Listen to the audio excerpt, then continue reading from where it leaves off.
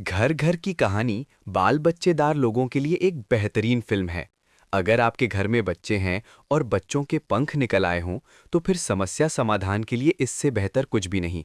Film आपको कुछ ऐसे जीवन मूल्य और सबक सिखा देती है जो स्कूल की किताबें नहीं सिखा सकती। एक बाप जिस तरह अपने बच्चों को पैसों के हिसाब किताब के साथ जीवन जीने का पाठ पढ़ा देता है, वो कोई गणित का टीचर भी नहीं पढ़ा सकता। फिल्म में बलराज साहनी एक ईमानदार सरकारी कर्मचारी बने हैं जो अपनी पत्नी निरूपा रॉय और 3 बच्चों के साथ साधारण मगर खुशहाल जीवन बिता रहे हैं। लेकिन एक दिन बच्चों के मन में उनके अमीर सहपाठियों के रहन सहन को देखकर बदलाव आने लगते हैं, जिस वजह से वो भी अपने पिता से जब तब फिजूल खर्ची और उनकी इच्छाएं पूरी करने का दबाव डालने लग जाते हैं।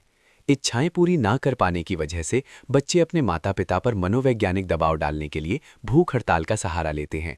माता पिता से अपने बच्चों की हालत देखी नहीं जाती और यहीं से कहानी में बॉलीवुड इतिहास का कभी न देखा गया कथानक शुरू होता है। बलराज साहनी अपनी ईमानदारी से समझौता किए बिना घर का माहौल ठीक करने के लिए एक तरकीब निकालते हैं। वो बच्चों को पैसे की अहमियत समझाने के लिए उन्हें 6 महीने के लिए घर चलाने की जिम्मेदारी सौंपते हैं। वे बच्चों को चुनौती देते हैं कि यदि वे घर का खर्च सीमित संसाधनों में चला सके तो वे उनकी मांगें मान लेंगे। घर चलाने की प्रक्रिया में बच्चों को जिस तरह की अड़चनों और मुसीबतों का सामना करना पड़ता है, उससे उन्हें तो आटे दाल का भाव पता चल ही जाता है, लेकिन साथ ही साथ एक दर्शक के रूप में हमें भी जीवन का सबसे बड़ा सबक दे जाता है कि पैसे कमाना कितना मुश्किल है और उड़ाना कितना आसान।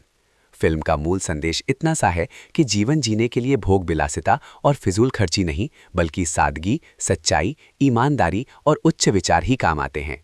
फिल्म ये संदेश देने में ज़बरदस्त और असरदार तरीके से कामयाब रहती है कि इंसान के पास जितनी चादर हो उतने ही पैर फैलाने चाहिए।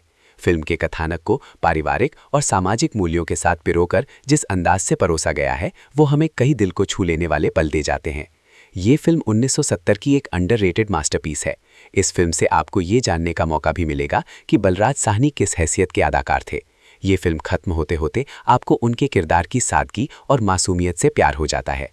मां बनी निरूपा रॉय और बच्चों की अदाकारी भी बेहतरीन है। इस फिल्म में राकेश रोशन भी एक छोटी सी भूमिका में नजर आते हैं। ये उनकी डेब्यू फिल्म थी। हालांकि फिल्म में उनके हिस्से 2 गानों के अलावा ज्यादा कुछ आया नहीं। फिल्म का समा है सुहाना सुहाना गीत आज भी काफी लोकप्रिय है।